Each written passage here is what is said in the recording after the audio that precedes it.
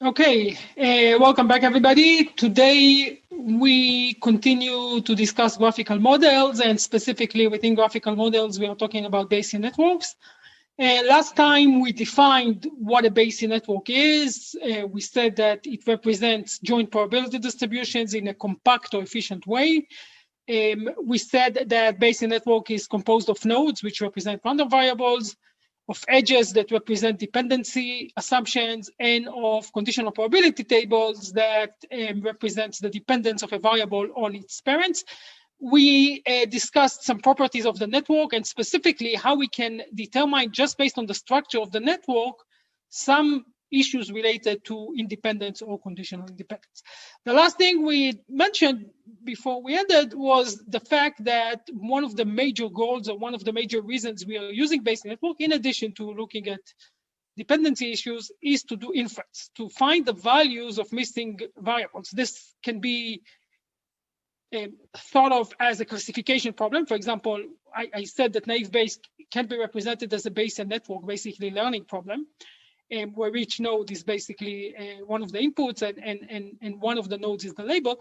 But you can think of it as a general inference problem. For example, in the case of the network that I've shown you, if I want to know whether someone broke into my house, or someone, or the earthquake happened, or whatever, I can ask any question I want, condition on any of the subset of nodes that I've seen.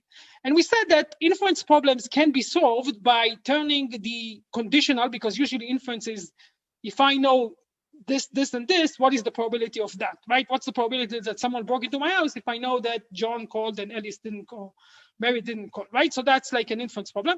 We said that in Bayesian network, we usually don't deal with conditional probabilities, we deal with joints, so we can turn the conditional into a joint and then do inference using the Bayesian network. The only issue we had was that the joint that we have is a partial joint, and Bayesian networks provide a full joint probability distribution.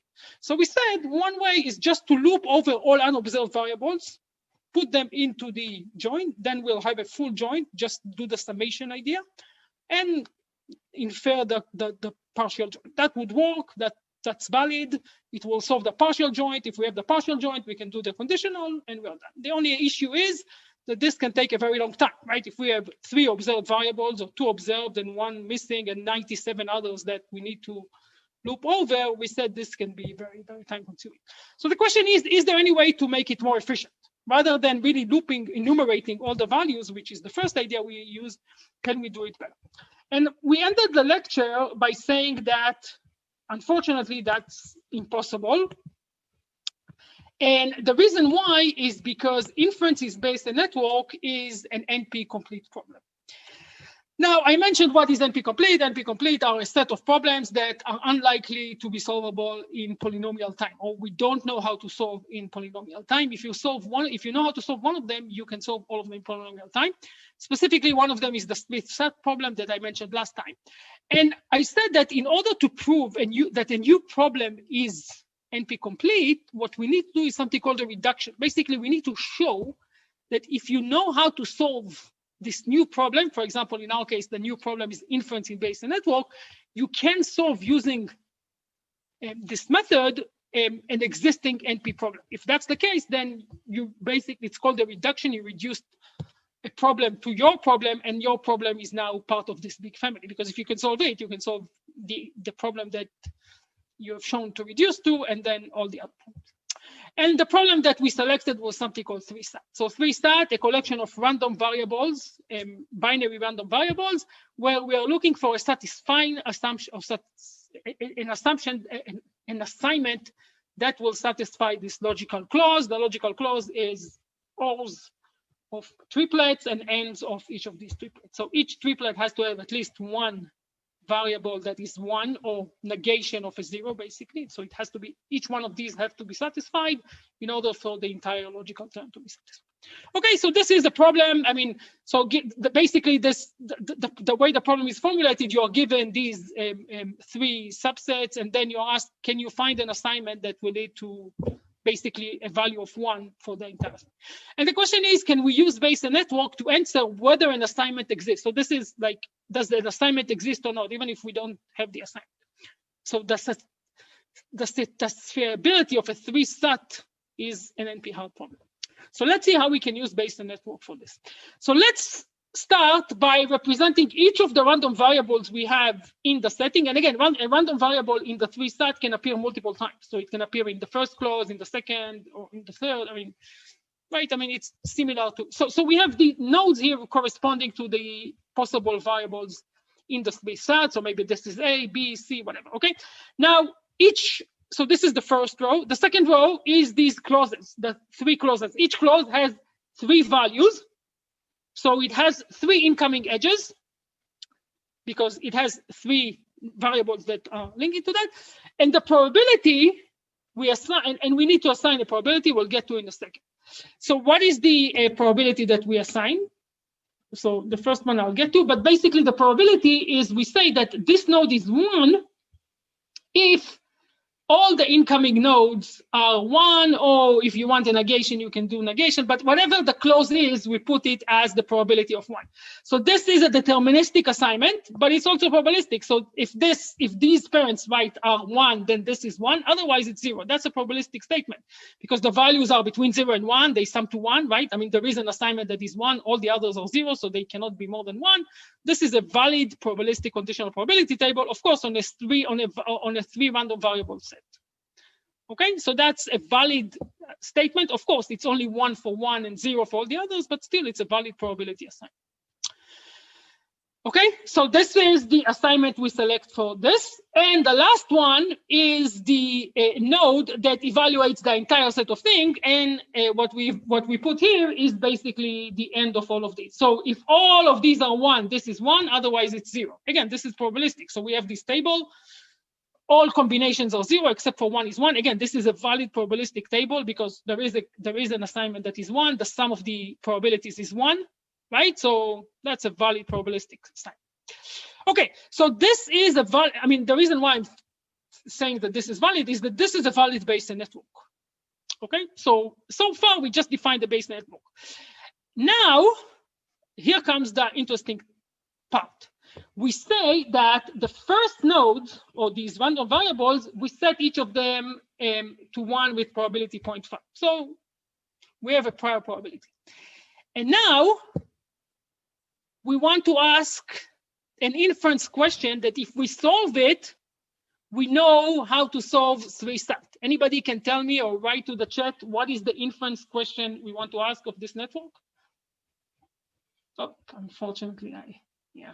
Anyway, it's on the slide, unfortunately. So you see, but yeah. So let me. Yeah, it works better in class before I switch from the presentation mode to the. But anyway, this is the Bayesian network. This is a valid Bayesian network. We have a probability distribution for each node. Each one has a set of parents, and based on that parents, the probability. So this is definitely a valid Bayesian network. And now we ask the following question, which is an inference problem. What is the probability that y equals 1 if I don't know any other variable, right? So this is a valid partial joint. It's a joint of 1 variable, but it's a joint, right? I mean, I don't know anything else. What's the probability that y equals 1? Okay, that's again, it doesn't matter what the answer, but I want to make sure that you understand this is a valid inference. 1 second. This is a valid,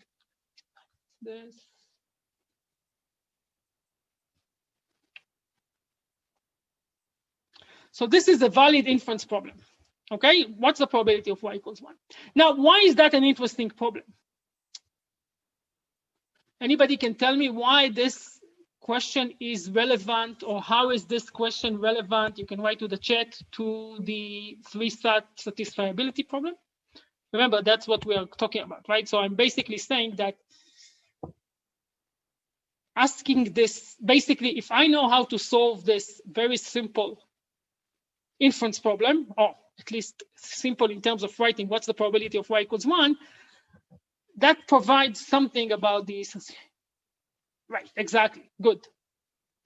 So the answer, as was written in the chat, is that there's 2 options for the probability, or there's of course a lot of values that p of y equals 0 can take, but there's 2 options that interest us. One is that p of y equals 0, sorry, p of y equals 1 is 0. If p of y equals 1 is 0, then there is no way to assign the variables, because we can make any assignment. The probability of an assignment is 0.5, so we can do any assignment is a valid assignment. At least it has a probability, right? It's basically, it's half to the power of n, but it's a valid probability. So any assignment has a positive probability. If we know that the probability that y equals 1 is 0, then there is no assignment that satisfies this. Any other value, any value greater than 0, it means that there is an assignment that satisfies this, right? Otherwise, there's no way to associate, right? The only way to make y equals 1 because of the logical probabilities we selected is if all the clauses are 1, and basically that means that at least one of the values in each of the clauses is 1, and this is satisfying. Okay, so if p of y equals 1 is 0, we know there's no satisfying assignment. If p of y equals 1 is greater than 0, it doesn't matter what it is, there is a satisfying assignment. And the idea is that if we can solve, or if we can do inference in Bayesian network in a polynomial time, it means that we can solve the 3-star satisfiability. Okay, so all of this was to show you, and in some sense, we wasted our time because we wanted to do inference, and I'm telling you that there's no way to do inference. But it's important to know that, because if we know that there's no way to solve it in polynomial time, then we can, rather than waste our time trying to find such solutions, we can move to other things which we know are not going to give us the optimal solution, but at least can give us approximation or can do it very fast in some cases.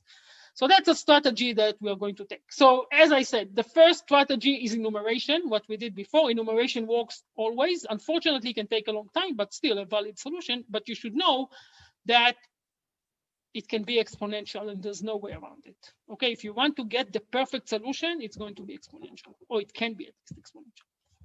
Okay, but then in that case, there are ways to do an approximation or maybe speed it up even if it's not.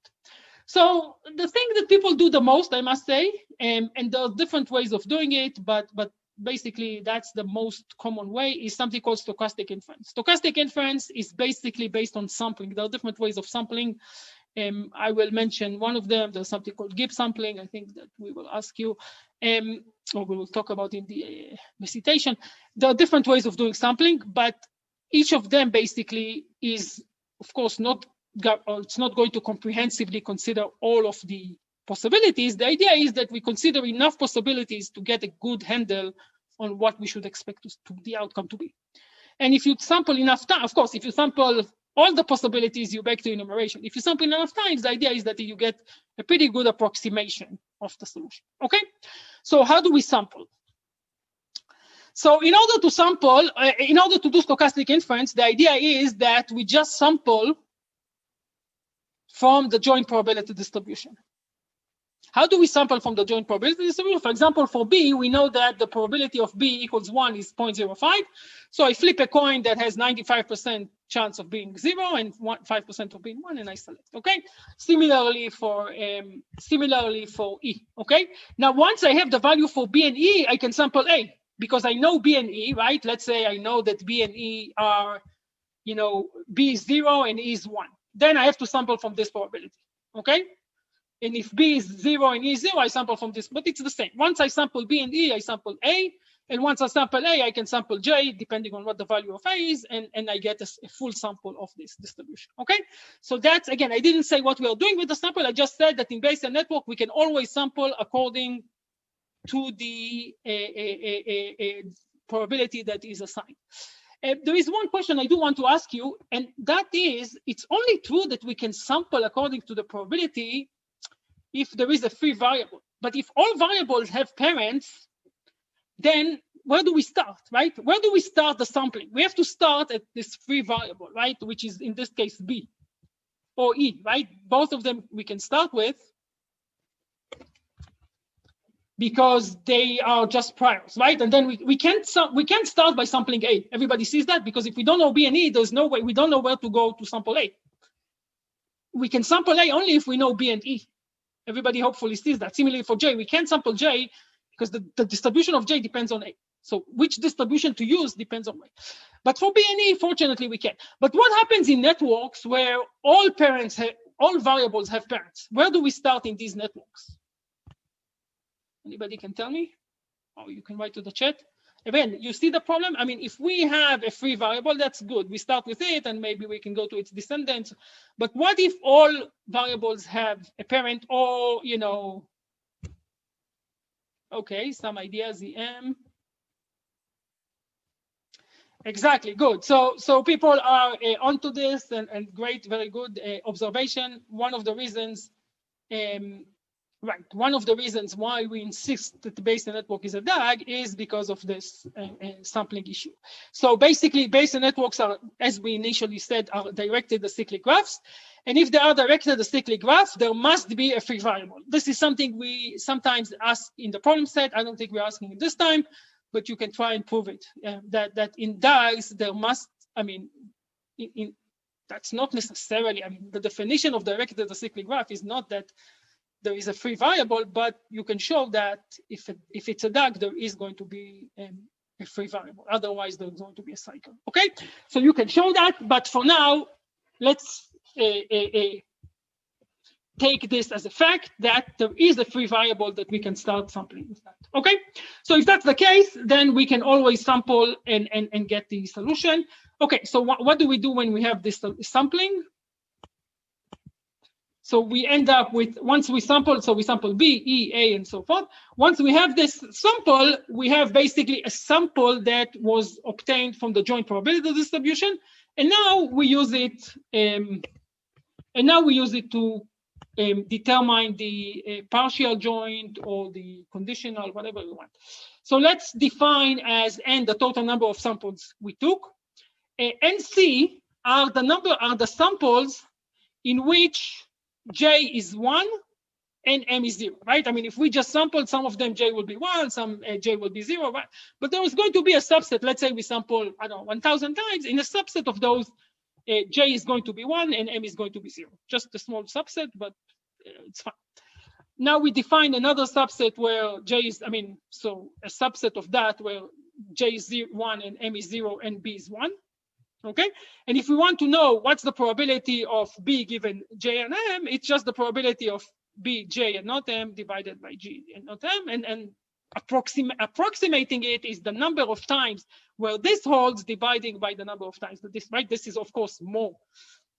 When this holds, of course this holds, but we want to know in how many cases where J is 1 and M is 0, B is 1, I mean, that's basically the fraction of time in the random sample that this holds, right? That's the, so that's fine, and we can do it. And using that, we can do any partial inference, any partial joint. And the nice thing is, unlike, of course, the enumeration, we control the runtime, right? Because we can decide we take 1,000 samples, we can decide we take 100,000 samples. Obviously, the more samples we take, the closer we get to the real solution. But at least in terms of time, this is not going to be exponential in whatever we decide. And you know, if we don't have a lot of time, maybe the result will suffer, but we will always finish. Okay, that's the. Okay, so this is definitely a possible option, very commonly used, something called stochastic inference. What's the downside of this? Anybody can think of a problem with this approach? So again, we start with the free variable and sample, then we count how many times we saw the condition, how many times we saw the partial joint, divide, and we are done. What could be a downside of this approach? What possible downside of such approach? So it definitely works, accurate, and so forth. Right, it will require a lot of samples. That's true. Okay, I agree that it would require a lot of samples to get it correct, but there's, yeah, okay. So the fact that we need a lot of samples to get to a good accuracy is true, but I mean, there is slightly more, the issue is slightly more delicate here, even beyond the fact that we need a lot of samples. We're doing something problematic here. What would happen? Most of the sample, or it could be the case that most of the samples we will get are going to be useless for us, because if, again, the only samples we care about are the samples where John called and Mary didn't call, right? So we're going to have a lot of samples where John didn't call and Mary called. Most of the samples we're throwing away. We're not even using them in the evaluation. right? Everybody sees that. Even though we know we need John to call and Mary not to call, most of the samples that we get this way are not used at all at this evaluation. So it's not just that we need to do it a lot of times. Most of the times we are doing are not going to be used at all because they don't have the condition. But we know the condition. So why don't we just sample using the condition? Why even sample the condition? Why not set the condition and sample the rest? You see the issue? If we have a conditional probability, then the condition must hold for us for the computation. Otherwise, of course, we don't know the thing we condition on, but so the value we are conditioning on these. But the condition John called and Mary didn't call, we know. So why not fix those and then sample the rest? Any problem with that? So again, if we look at our network, that's my idea. The idea I propose. Rather than sampling, as I mentioned before, let's do something else. Let's fix J and M. Right? Let's fix J and not M. So J will always be 1. M will always be 0. And then sample the rest. In this case, we only need to sample B, but you can sample everything else. And then the good thing is all the samples that we'll get will be useful for us because we need just the samples where this holds. What could be a downside with this approach of fixing J and M and then sampling the rest? Anybody?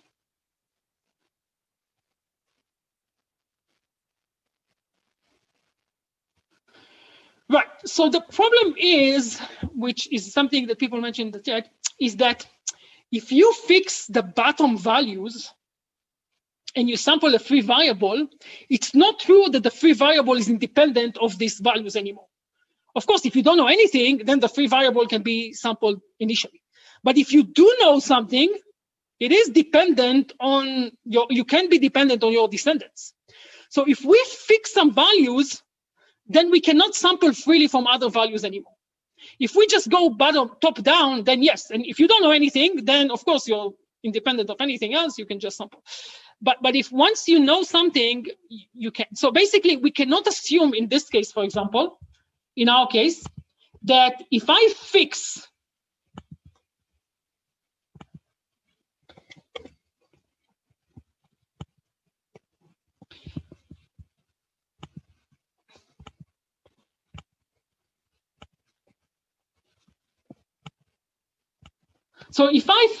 a J, for example, if I fix J to be 1 and M to be 1, right? Let's say I fix it, just right? And now I sample B, E, and A. That's not a valid random sample because if J is 1 and M is 1, A is very likely to be 1 as well, right? They wouldn't call, but I don't take that into account when I just sample here. So that's not a valid sample.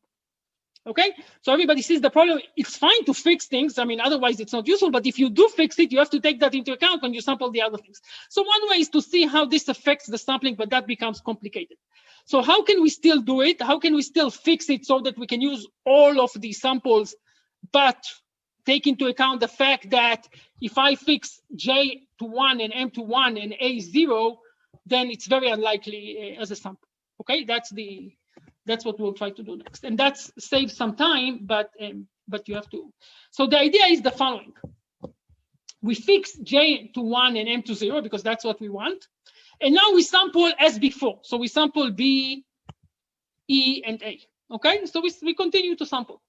But now, unlike before, right, before each sample had the same weight. Basically, we just counted how many samples we had. And we said each of them can come from the joint probability distribution, equally likely because we just randomly sampled. Now we are going to do slightly different. So here, because we fixed it, we are going to evaluate the likelihood of the sample that we got.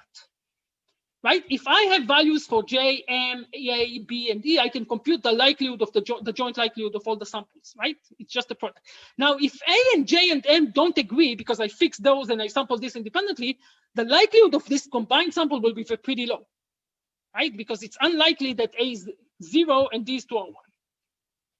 So the idea is that we fix it because we want to use all of it, but we weight differently different samples. So if A is sampled to be a 1 and these two are 1, that's a reasonable sample. But if A is sampled to be 0, I mean, I still want to use it. It could be, but it's not a very good sample. So that's the idea. The idea is that we sample, but then we compute the full probability or the likelihood of V, B, whatever we selected for B, E, and this should be A.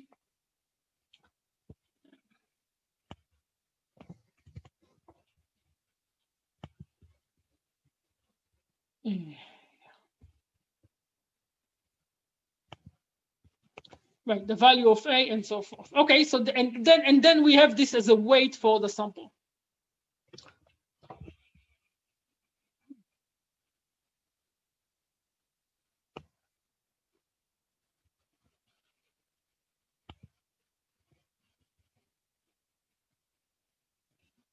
What's this pin next to? What is this remote spotlight, Daniel? Do you know?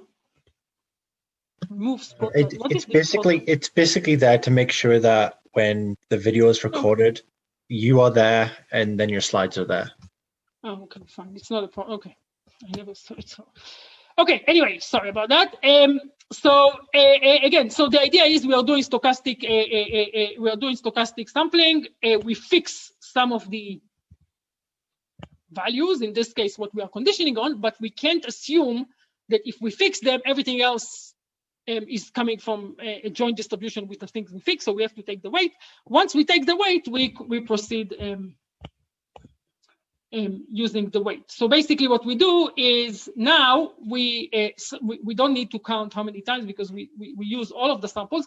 But now, rather than counting how many samples we have as we did before, we sum over the weights. So we have, because in all of the samples we have the condition holding, we add to the condition. And if B equals 1, which is the thing we are conditioning on, then we add that weight to the condition. And then at the end, we divide NB by NC. So again, still NC is larger than NB because all the samples are going into NC, but they are not going with equal weight. They are going with the weight associated with how likely this entire set of values coming together is. Okay, so again, if we just sample from a very large distribution and we only condition on a few variables, then maybe most of the samples will be very unlikely because we don't use them.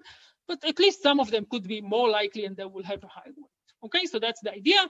This is still stochastic, so we can do it as many times as we want. The good news is that in this case, we are using all of the samples. Okay, some of them we may put very low weight on, but at least we are not wasting any sampling, right? In the previous one, we likely could have wasted 99.9% in the sense that they wouldn't have, the condition wouldn't hold. So in this case, at least the condition holds, but maybe the probability that all of these will sample together is very low. That's at least, but that's maybe better than being zero. Okay, good. So this is stochastic sampling and very commonly used in this in inference, not just in Bayesian networks, but in a lot of inference problems. Very common. Okay, good. So this is definitely one way. And again, this doesn't give you the accurate solution like enumeration, but if you sample more and more and more, you will get closer and closer to the real solution. The next idea is an idea that is not going to, so it's not an approximation idea. It's still going to give you the complete solution. So if you get the complete solution, it means that, it's not the accurate solution. So if we know that something gives you the accurate solution, then there's no way to guarantee that it will be fast. Right, we know that it's NP hard to find the accurate solution. However, in many cases, this can save time. So there's no way to guarantee, and I will show you an example where this doesn't help. But there are cases where this actually can help quite a lot. And this idea is called variable elimination. Variable elimination means that if you do computation, basically when you do this enumeration, right, we have, let's say, I don't know, 97 free parameters that we need to, of random variables that we need to set, right? But in many cases, when we change one of them, it's not affecting any of the others, right? They are only affected, there are areas of the network that are completely separate of this node. So, right, if I, as an example, again, I'm not,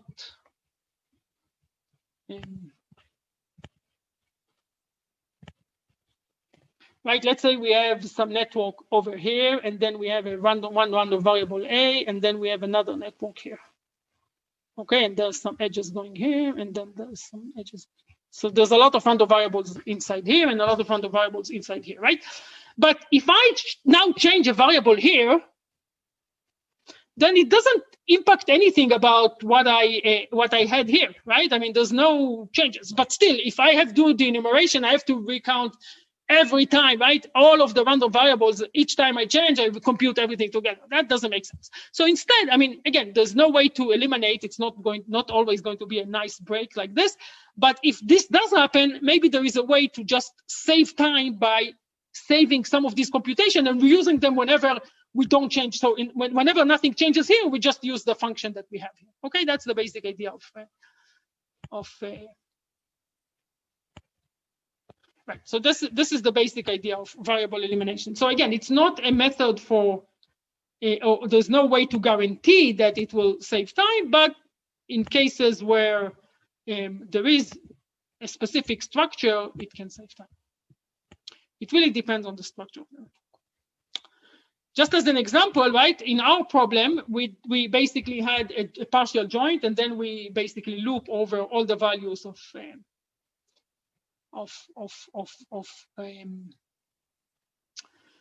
M and A. So basically, sorry, of J of B and E, right? So in some cases, we basically recompute. A lot of them are fixed, but just E changes, right?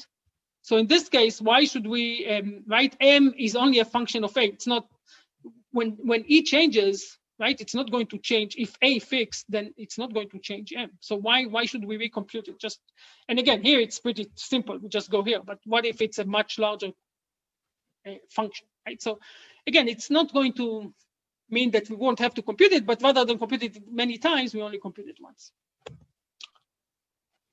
Okay, so the idea is to reuse computation, and the basic idea is just to basically each time we compute something, keep it as a function, and then do a lookup table to look up at this function. So, for example, right, this is the, if you look at what we want, this is the partial joint we want to compute. The big letters are the ones that are fixed. In this case, B is always going to be 1. That's what we do. J is 1, and M has to be 0. Okay, and then we loop over A and D, right? That's the function we want to compute. That's the enumeration. We are doing the enumeration in this case over M and D. So now, in order, and again, this is pretty simple. It's only 4, so it's not a 4 option, so it's not a big deal. But you can think of much larger enumerations where we have 90 that so we have this sum over sum over sum. So the idea is to basically transform or use some of these as functions. For example, the probability of J given whatever value we assign to A it's not going to change, right? It's only a function of A. So for J, if we give A as an input, we should be able, we don't need to go to the network. Once we store it as a function of A, we can go back to it each time we need to compute it. So basically we set this function of A for J and this function of A for M.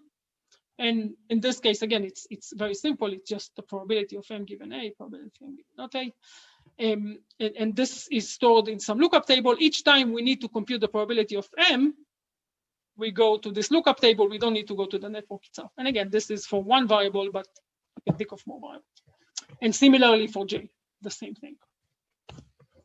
And now, once we do that, we can change the computation into, rather than doing the computation on the probability, which we have to go to the network, now we are telling ourselves that every time you change A, you just go to these two functions, and the answer is in these functions.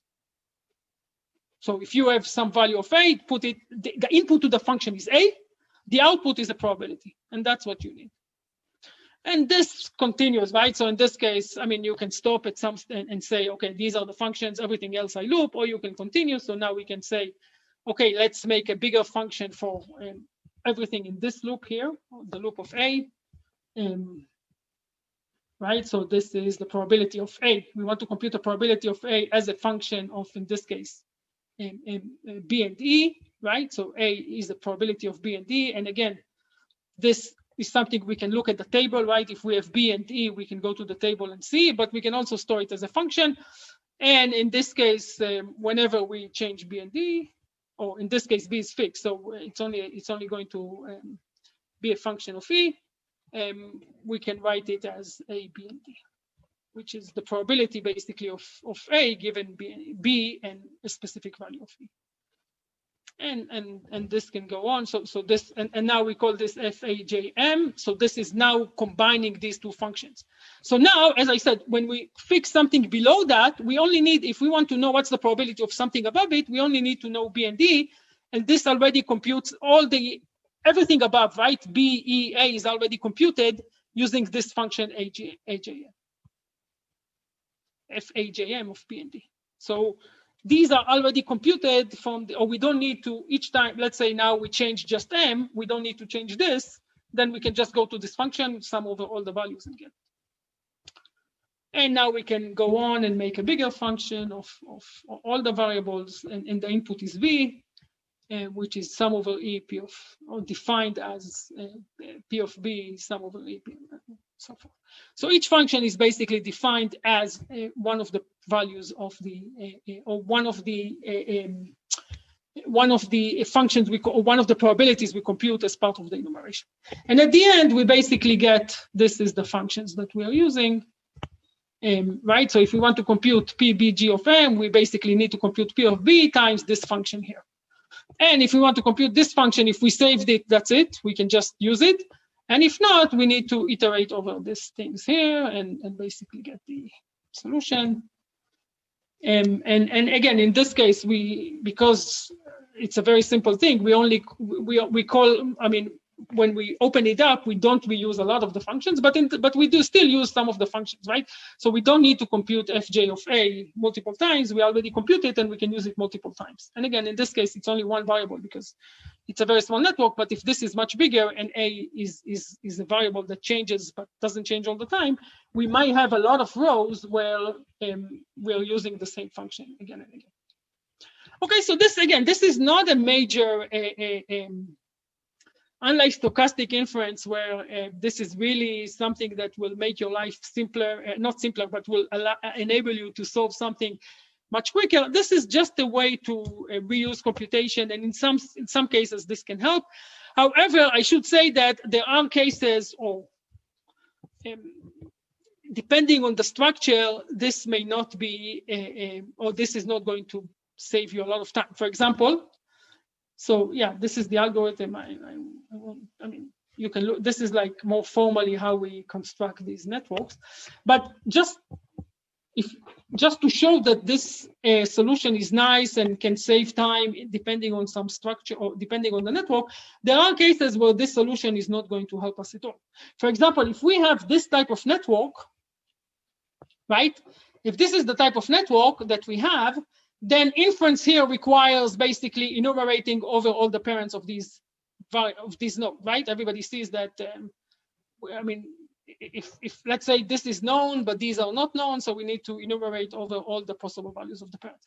Because they are all together in the CPT, there's no way to store any computation because we need to compute for each of the values the probability of the node.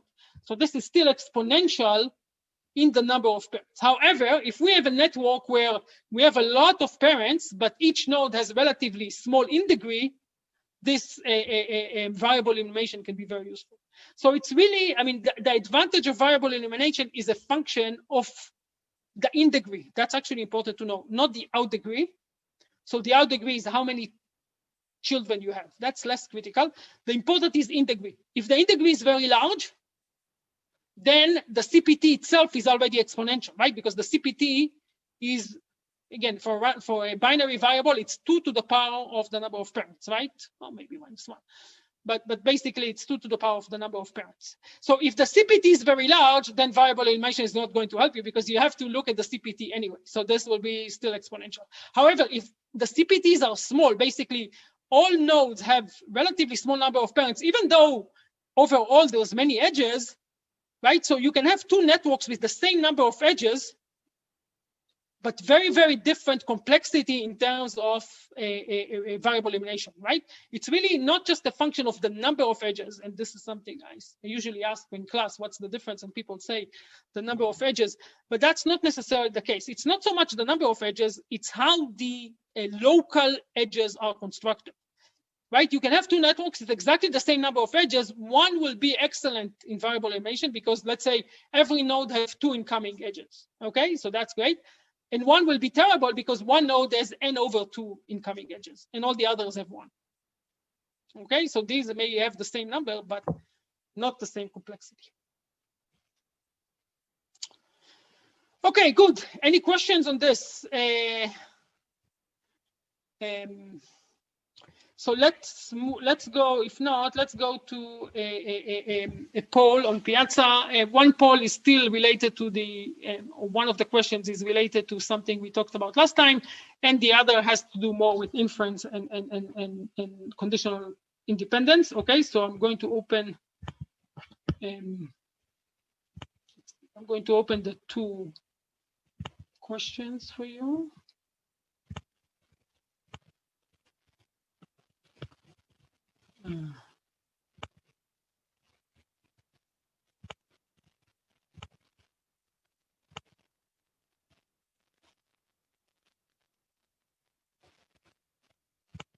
Yeah, so BN3 and BN4 you should have access to and take a look.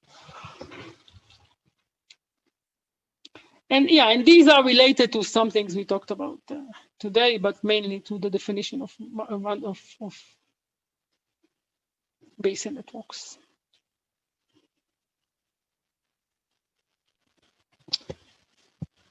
Yeah, so we're still missing a few for the second one. Maybe let's say a few more seconds, try to do. Again, I always say this is not an exam, you're not graded, this is completely anonymous, just something to get feedback.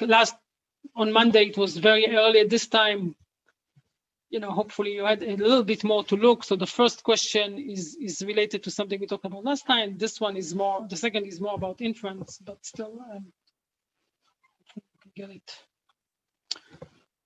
A few more seconds and we can start talking about it.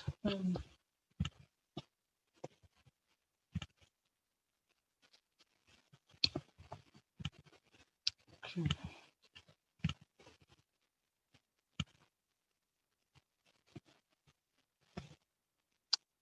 Okay, so for the first question, I have a Bayesian network here with 8 random variables, and I'm telling you that each of these variables can take on 10 values, okay?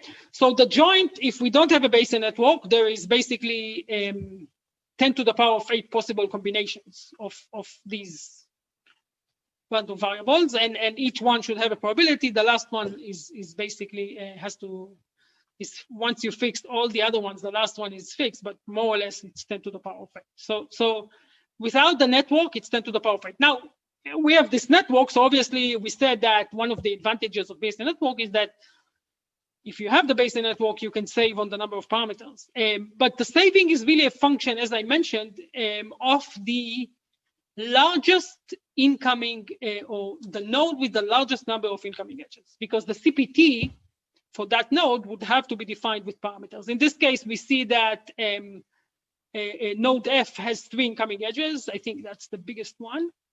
If you have 3 incoming edges, then you need to take into account all possible values for your parents. So there's obviously 10 to the power of 3 possible values for the parents. And for each one of them, you have to assign the probabilities of 9 possible, or 10, but you know the last one is fixed once you assign the first 9. So for each one of them, you have to assign more or less 10 values for the for F itself, right? Because F can be 0. What's the probability of 0, 1 given this configuration of parents? So this is 10 times 10 to the power 3, which is 10 to the power 4. Okay, and this is a function in this case of the largest. I mean, there's some others that are 10 to the power 3, but I mean, the largest one and by an order of magnitude here is F, and so the total number of parameters is more or less 10 to the power of 4. Of course, the big O means that it's the order of the parameters, right? It's actually slightly larger because other nodes also have variables, also have parameters, but they are much smaller compared to basically an order of magnitude or more or less than f. Okay, so that's the idea. So this is for the first question. This is the number of parameters. The second question is slightly different. It's an inference problem, or it's asking you about inference. And here, yeah. I'm hoping that even if you got it wrong, you understand the basic idea here. So I'm asking you, what's the probability that f equals 1? We already said that in order to compute the probability of f equals 1, we can do a joint on all the other variables. And if we do a joint on all the other variables, or if we enumerate on all the other variables,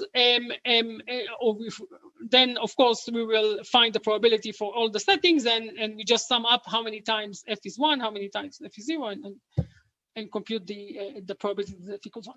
But it turns out that you can do, or you can do it a bit more efficiently. Of course, there are some, but in this case, the more efficient way is to consider something we talked about last time, and to know that if you know the Markov blanket of f, f is independent of everything else. So if we have a subset of variables that knowing them makes f independent of everything else, then only the values that this round of variables take can impact f. So the number of values, right, that we can assign to p of, or the number, or the number of different probabilities that can be assigned to p of f given 1, right, is basically the number of times we really need to consider is just the number of possible values we can assign to the Markov blanket of f. So the idea of this question is to understand that the number of right, the number of values that or the number of combinations we need to consider for f to be 1. And again, maybe the question was not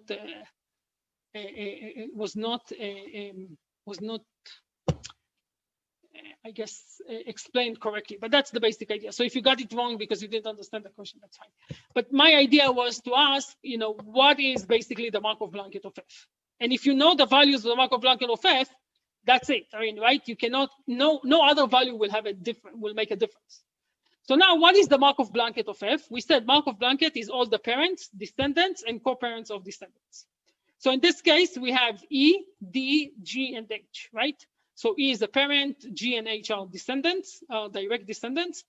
I is also a descendant, but if you know H, then I is independent of F. So we don't need to use it if we know H. And D as a co-parent of G, again, C and A are also co-parents, but if we know D, it's independent. So basically we have 4 in this case, and the number of different values we need to consider in order to know what's the probability of f equals 1 is basically the value, all possible values of these 4, and ask what's the probability that, okay, anything else will be just, will have the same probability. So any assignment to C, A, B, and I, where we fix E, D, G, and H, is not going to change the probability for f. That's the idea. If I fix E, D, G, and H, then I change any other variable, the probability for f remains the same, because f is independent of anything else given these 4 variables.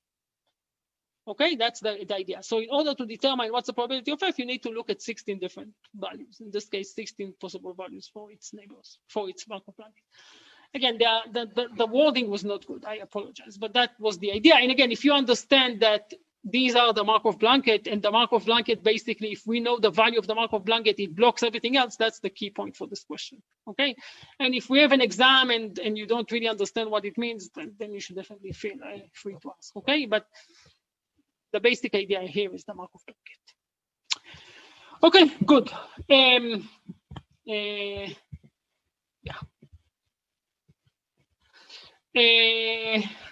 Good. So let's go back to our lecture.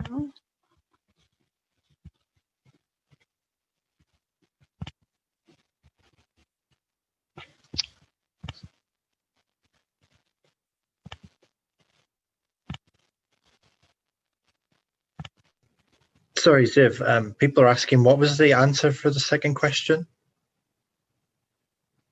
The second question, sure. So the second question, the answer was, I think, one second, let me show it. So again, the second question was about, it was 3 basically, and it's basically 2 to the power of 4. So basically there's 4 different right,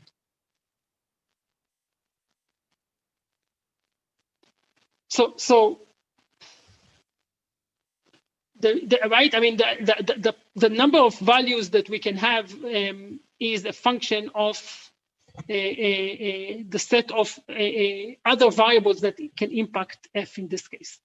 So the impact on f comes from its Markov blanket. Okay, so if any combination of its Markov blanket will lead to a different probability for f equals 1.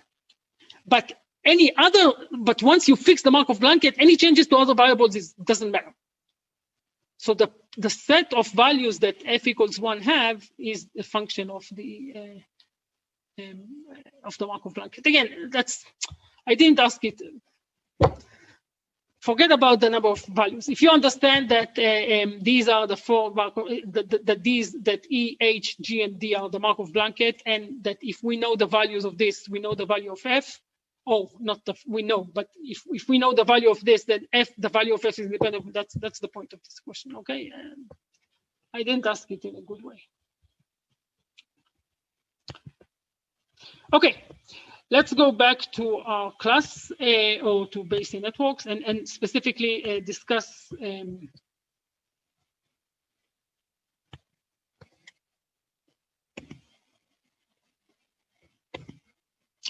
one other thing I want to mention. We are not, again, I think it's sometimes we did ask a question on this in the problem set. We are not going to ask this time. But generally speaking, there are other ways to improve or not to improve, but to perform inference on Bayesian networks. And as I said, the most common one is stochastic, so like sampling. Variable elimination is a good one, but usually still doesn't save enough time. A third option is to change the network into something called a polytree. A polytree, a definition of a tree is that 2 nodes have only 1 path between them. Okay, so for example, in this case, if you want to go from E to M, you can only go this way, right? There's no other path that you can use to get to this node. And in that case, if that's the case, you can think very clearly why, in this case, variable elimination will be very good, because once you remove that path, then the impact of this node is only through one specific path. So in those cases, we can do very quick, or we can do computations very easily. Unfortunately, most of the Bayesian network, for example, this one here is not a polytree, right? In this case, the one on the bottom, we have 2 paths to go from E to M. We have going from E to A, and we have directly from E to A. So the methods so polytree, if you have a polytree, or if the network is a polytree, doing inference is very, very quick. It's actually polynomial in the number, we know that. Unfortunately, most networks are not polytree. So what can we do? We can convert the network to become a polytree. How do we do that? We do that by combining nodes to a single node. So specifically, one thing I can do is take E and A and make a new node, which I will call EA. Right? E has right? E has 2 values, 0 and 1. A has 2 values. I can make a new node, let's say Z, that has 4 values. And these 4 values will represent all possible A and E, right? 0, 0, 0, 0, 0 will be 0 for Z, 0, 1 will be 1 for Z, 1, 1 will be 2 for Z. Okay, everybody sees that I can easily combine binary nodes into a bigger node by setting more values for that node. Okay? Now, if I combined A and D, then this is now a new node, and this is now a polytree, right? Because there's still only one way to get from each node to each other node. Because now E doesn't exist, E and A are one node, and you can just get from this node to. Okay, so once I combine this, all the outgoing edges of these 2 are becoming the outgoing edges, all the incoming edges are the incoming edges, right? If they have a shared incoming edges, then it's only one. So it's very easy, in some sense, to convert a Bayesian network into a polytree you just look at all the ones that have this, or the ones that have multiple, you combine. And then, so basically that means that we can take any Bayesian network and convert it into a polytree. So that's great. What's the downside? The downside is that now the polytree that we created has a much larger CPT, because now, rather than computing the probability of E separately and A separately, we need to compute the joint combination. So we need a CPT with 4 different values rather than just 2, 0, and 1. So the downside of doing this is that we increase the complexity of each of the nodes itself. So sometimes this could be fine, and that the complexity, but sometimes if we combine 5 different nodes, then basically the complexity is already 2 to the power 5, because we need to consider all combinations. So we still get some exponential, or we will get exponential explosion, not in the inference itself, because the inference will be very quick, but in each of the different values we need to compute, because now we need to compute 32 possible values for this specific node. So again, so that's a possible way. Sometimes it works. Of course, there's no magic bullet, we know, because doing inference based network isn't complete. But the basic idea is Bayesian networks can be, or any Bayesian network can be converted to a polytree, and polytrees can be solved very efficiently. Unfortunately, within this conversion, we can introduce, or we usually introduce, a much more complex node, basically a node with many, many more possible assignments. If we have a lot of possible assignments, we need a lot of parameters. If we need a lot of parameters, when we basically go over all the, when we do inference, basically we will pay the price, because we have to do inference for all of these possible values. So it can save, but on the other hand, sometimes it can actually lead to a big exponential increase on individual nodes. Okay, but again, just keep it in mind that that's a possible, or one possible way to do inference. If someone has a question, someone is asking, what is the linear algorithm in the second bullet point?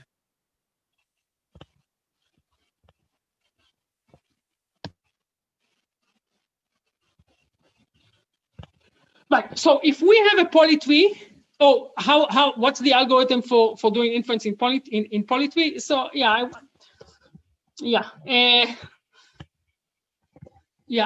let's see.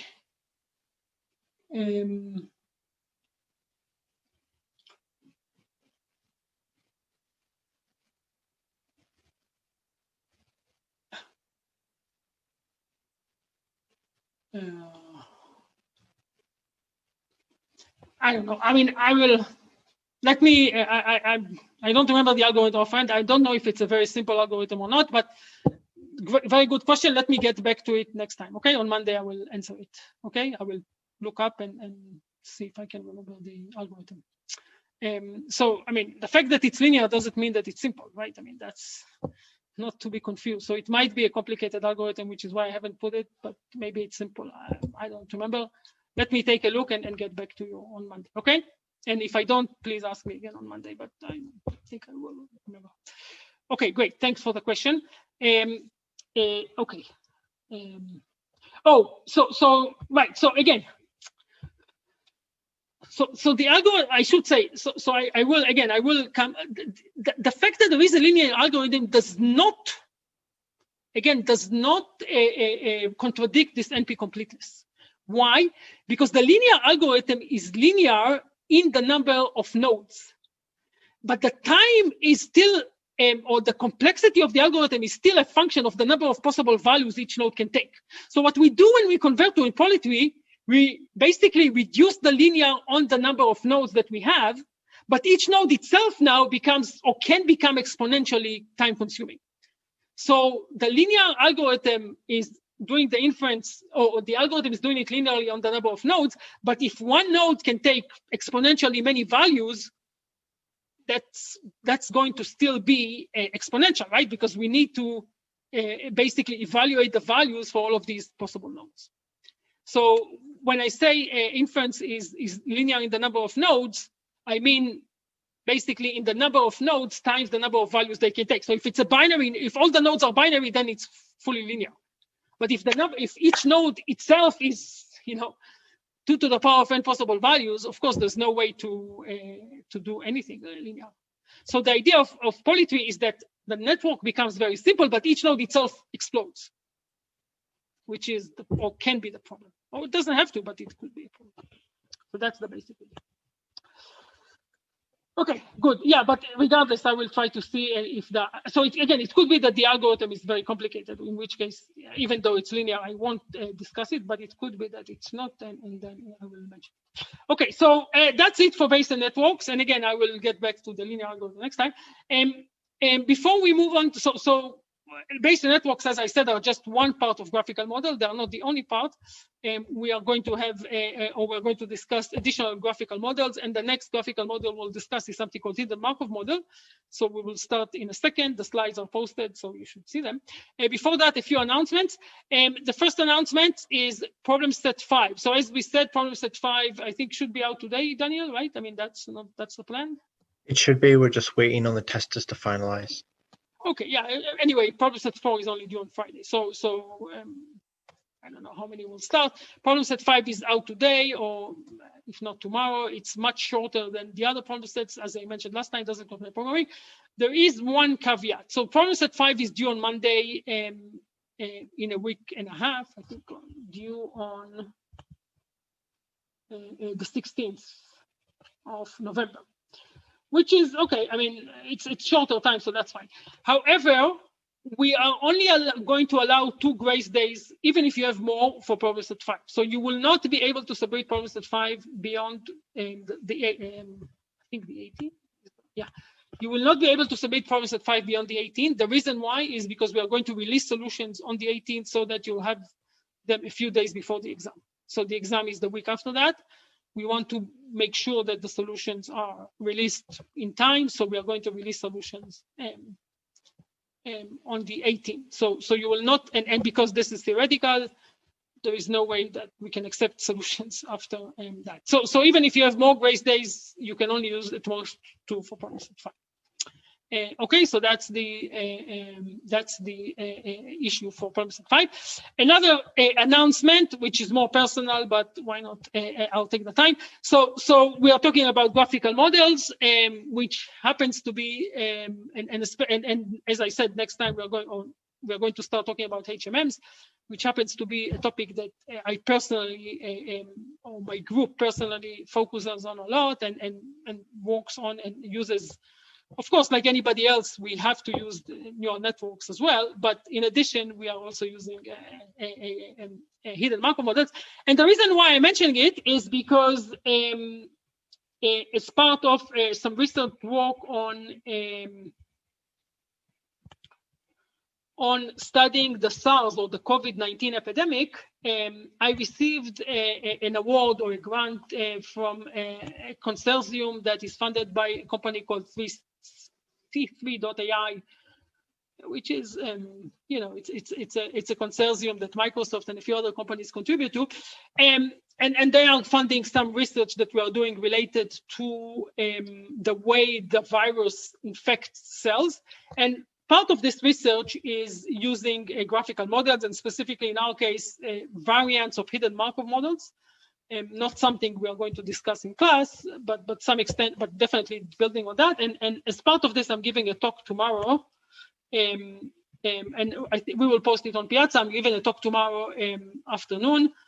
So this is 4 p.m. Eastern time on how we are using these machine learning methods to reconstruct virus response pathways.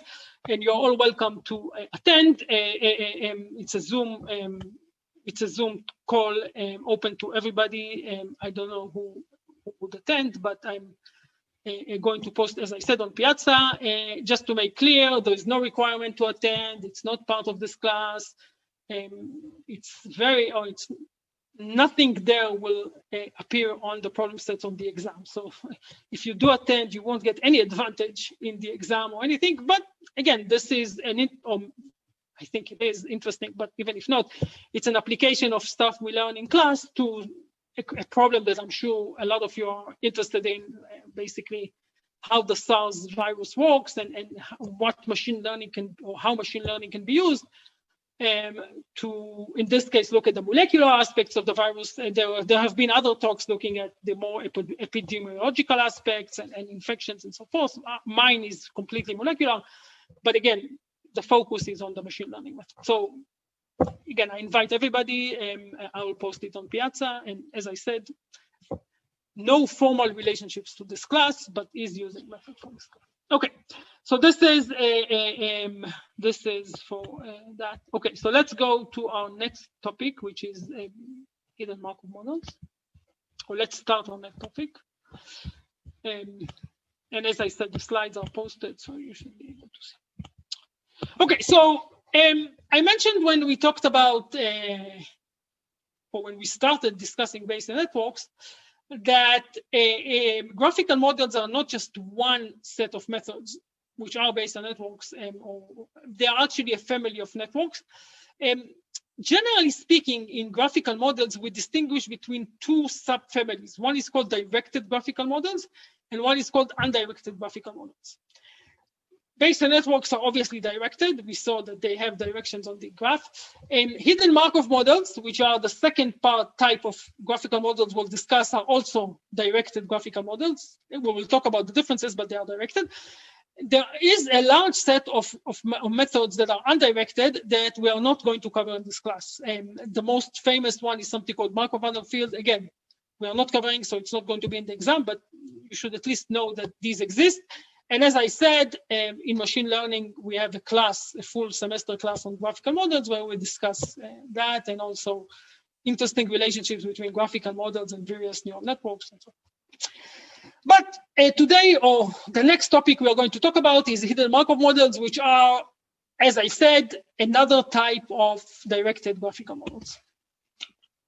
So why do we need more graphical models? Why not just use Bayesian networks?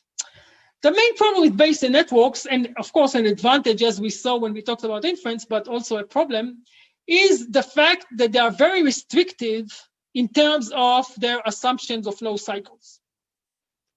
In practice, things have a lot of cycles, right? If I am a robot and I'm moving, I get a feedback from the movement that I do, right? It's not like I move to this new and there's no impact on what happened before. Feedback is a natural thing, right? That a state tells another state what's the impact, but that state also moves to the new state, right? If we read a sentence, or if I listen to some voice, then, or if I read a sentence, then the word coming before one word or the word coming after are, I mean, there's no way to say this one is affecting this one, but I mean, right? High school, right? If you know the word school, it tells you something about whether it was high before or not. So this, and of course, high tells you something about whether the next word is going to be school. So this idea of no cycles is problematic to many real world applications. Okay, and especially for example, for sequences where, of course, things converge, but things move forward, but they are dependent on what happened before, on temporal things, right? If I know what happened before me, it doesn't affect me, but if I know what happened after me, it also tells me something about my state at this time. So this idea of no cycles, very useful we saw for inference, but not very practical in real world application. For example, in biology, a lot of things are cycles, like feedback loops are very common, and that's something you cannot model with Bayesian networks. And also, as I said, Bayesian networks are usually looking at a static image; they don't take time into account. So just this small illustration, right, where you have something that is affecting something else, and it, in turn, whatever happens here affects this, which is very common in practice, right? Movement or some, I don't know, some two particles that interact is not something that you can represent with a Bayesian network because it's already cycled, right? I mean, there is a cycle going. So to overcome this, or to generate another model, another graphical model that still looks at joint probability distribution but does not assume the DAG, is hidden Markov models. So we will first define, like we did before, the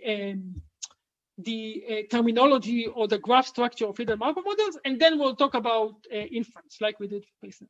Okay, so hidden Markov models are a set of graphical models that initially mainly started at the language and speech recognition, and they're still widely used in these domains, and because speech is a temporal process, text I mean, it's not temporal, but it's sequential. So a lot of these domains required something that had these relationships between things that change over time or over some sequence. And the basic idea of hidden Markov models is to distinguish between the observations that we see. For example, if I talk, then I have some idea in mind that I want to convey, and I convey it with a word, but you don't really hear the word. You hear some noise, some sound form, and you can translate it in your head to the word that I mentioned, right? If I say the word word, right, I'm not saying W-O-R-D. I'm saying some noise of some waveform, and you have a way of translating that too. So what you observe or what you hear is a waveform, and the hidden state or what you infer it to be is word, right? So that's very common a case in a lot of domains. So for speech, right, we have the sound signal, which represent parts of speech, right? Maybe words. In robot movement, right? A robot is moving around the room. It wants to know where it is. Maybe it has some local map, but it cannot map itself. The room doesn't have a map in each location, right? So it has some sensors, and based on the sensors, it knows, I'm 5 feet from this wall, 3 feet from that wall. Or if you're moving inside a cave and you have a map of the cave, you can say, I counted, 500 feet, then I must be here. But you don't really know where you are on the map. The location led to the observation, but the observation is not necessarily the location itself, but some outcome of the location. Okay, so if you're in a room, if you want to know exactly where you are, you measure the distances to the wall, and this tells you the location that you are at. But that's just an observation. It's not the location itself. The location is inferred based on the observation. Similarly for sound, in biology, we have a lot of, or in text, we have these letters, and together they can form. So the basic idea of hidden Markov models is that the hidden states generate the observation. Basically, where you are in the room will impact what observations you will see, how far you are from each of the walls. Right? That's the key. But you don't know where you are, you just see the observations. So if you are in a specific location and you look at the sensor, it will impact what the sensor outcome is going to be. But your next location is dependent on your current location, right? Of course, it's depending on the estimate you get from the wall. But regardless of that estimate, if you're in a specific location, your next location is a function of where you are right now. Okay, so if you know your location, the observation to the wall doesn't matter. As long as you know where you are, it will tell you where you'll be next time. So we have these two different things. One is the observation. That's what we observe. And these observations come from a hidden state that we don't observe. And I mean, inference, for example, is to find out these hidden states. But more importantly, this generates a graphical model. Why does it generate a graphical model? Because the idea is that we have these states, and states transitions to other states. So if you're in this location, you can move to another location. So this is one direction in the graph. Location is a state, it's a node, and transition is an edge going from one to the other. But in addition, there is another node in the graph, and that node is the observation. And the observation is generated from the location or from the state you're in. So in hidden Markov models, we have nodes representing states or observations, and we have edges representing relationships between states and other states, and states and observations.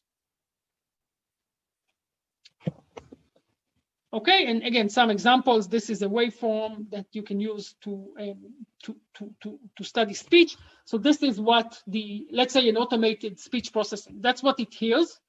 This is German, I think.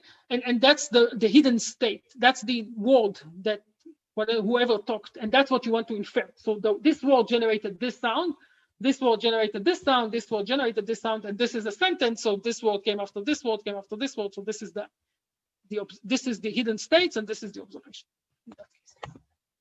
In biology, this is just some A, C, G, T, whatever. I mean, this is the language of biology. And in this case, this is the observation, but what really generated them is some type of organization within a biological cell. And again, this is not a biological class, we don't have to, but biology, I'm showing you some textbook in biology. HMMs are extremely valuable in biology. You can see this is a textbook for computational biology where almost all the textbook is just how to use HMMs to biology. So that's very useful. Okay, so we're going to work on HMMs, define it formally. We're going to define inference in HMMs. Unlike Bayesian network, the good news, we will get to that, but the good news is that unlike Bayesian networks in HMMs, we can do inference in polynomial time. So we can get exact inference in polynomial time and solve a lot of, that's why HMMs are extremely useful in practice, unlike. And yeah, but we'll talk all about that and about the type of inference questions we can ask and exactly how to formulate the model in the next lecture. So that's it, and I'll see everybody Monday, and we'll continue to discuss graphical models, specifically hidden